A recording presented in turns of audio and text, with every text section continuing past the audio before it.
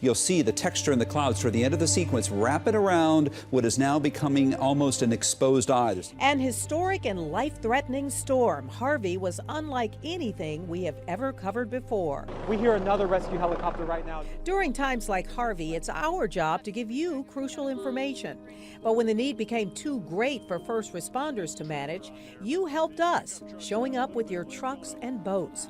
And our jobs changed a little as reporters became first responders. When you start a job, you're trying to just get your feet wet, learning about an area. You never in a million years think you'd literally be getting your feet wet up to your neck trying to rescue and save people. Never thought that I'd be out there on my 5th day in the job in a boat trying to get people out of their homes when they were 8, 10 feet of water. We would stop at one location broadcasting, and we would think, how could it get any worse than that? Then the next one was, at a nursing home where 90-year-old women are just sitting in 4 feet of water. Or you go to the woman who's getting ready to have birth and she's being rushed off to the hospital. And then you go to another person who's stuck on the roof and who's been there for 4 days. It just, one incredible image after another. They say water is the great equalizer, and it certainly was. As we found each other all in the same boat, Harvey taught us what it meant to be stronger together. And nobody asked questions about where you're from, or where'd the boat come from, or how long have you been here, or are you just passing through? Nobody asked those questions. They just asked, how can I help? What can I do? And that was truly moving. Kind of give you a tour of the nursing home. Yes, what we saw moved us, and it sticks with us. If I really sit down and think about what I went through and what this town went through during Hurricane Harvey, it still brings me to tears. I'm not just saying that. It really does. I try to suppress it. I try to push it down.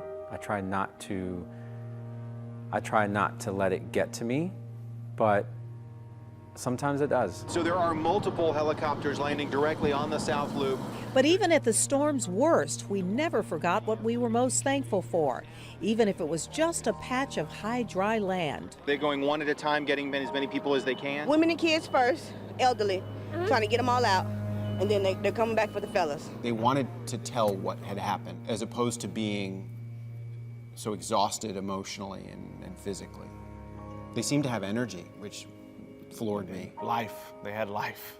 This is all just nice green pasture. A high-profile truck, the only way into the Bordelons neighborhood. But I remember thinking that all of that rush to save people, to save possessions, to save pets, that was the easy part. And the hard part has always been recovery from that. When the big monster trucks go away, when the cameras turn another direction. And that's the sad thing, I think. There's still people out there waiting to be helped. I get choked up more, not for me or my family, but knowing the families around us and what they went through, I think is why I get choked up, because there's still people out there that are still suffering, and little ones that still aren't in their beds, and they've lost all of their things. They're still, trying to gain everything that they lost from last year. And I think that's what's hard for me, is that we still have people that, families that are still not back at their home. And now, a year after the storm, we still have a long way to go. But if there's any city that can pull it all back together, rebuild, and come back better than ever, it's this one.